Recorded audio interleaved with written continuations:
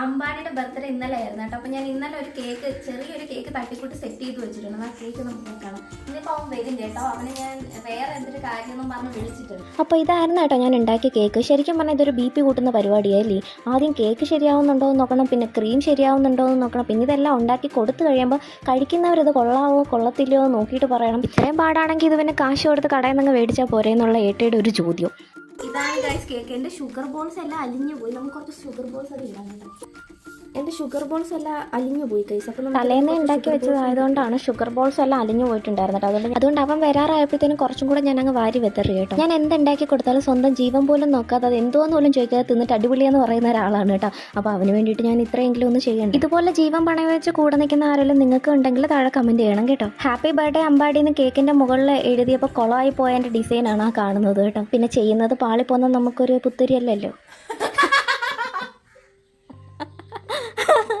ഞാൻ ഇന്നലെ ഉണ്ടാക്കിയതാ, ഇന്നലെ വന്നില്ലല്ലേ.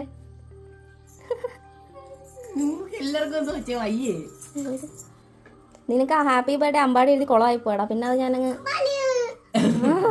അങ്ങനെ ഞങ്ങൾ കേക്കൊക്കെ കട്ട് ചെയ്ത് ഹാപ്പി ബർത്ത്ഡേ ഒക്കെ പാടി കട്ട് ചെയ്ത് കേട്ടോ. കേക്കൊക്കെ അടിപൊളിയായിരുന്നു, നല്ല ടേസ്റ്റൊക്കെ ഉണ്ടായിരുന്നു. പിന്നെ ക്രീം ഇത്തിരി അലിഞ്ഞിട്ടുണ്ടായിരുന്നു കേട്ടോ. പിന്നെ ഞാൻ ഉണ്ടാക്കുന്ന സാധനങ്ങളെല്ലാം ഞാൻ തന്നെ കൊള്ളാമെന്ന് പറയുന്നതാണല്ലോ എൻ്റെ ഒരു ശീലം. പിന്നെ വേറെ ആരും പറഞ്ഞില്ലെങ്കിൽ നമുക്ക് നമ്മളോട് തന്നെ ഒരു മതിപ്പ് വേണ്ടേ. അങ്ങനെയൊക്കെ ആണെങ്കിലും കൊള്ളത്തില്ലെങ്കിൽ ഞാൻ കൊള്ളത്തില്ലെന്ന് പറയും കേട്ടോ. അപ്പോൾ ഇത് അമ്പാടിയുടെ വീട്ടിൽ തലേ ദിവസം കേക്ക് മുറിച്ചിട്ടുണ്ടായിരുന്നു കേട്ടോ. അപ്പോൾ ഇത് അവൻ്റെ അമ്മയും അച്ഛനും ഒക്കെയാണ് കേട്ടോ. അപ്പോൾ അത്രയേ ഉള്ളൂ. സബ്സ്ക്രൈബ് കൂടെ ചെയ്തേക്കണേ. ടാറ്റാ.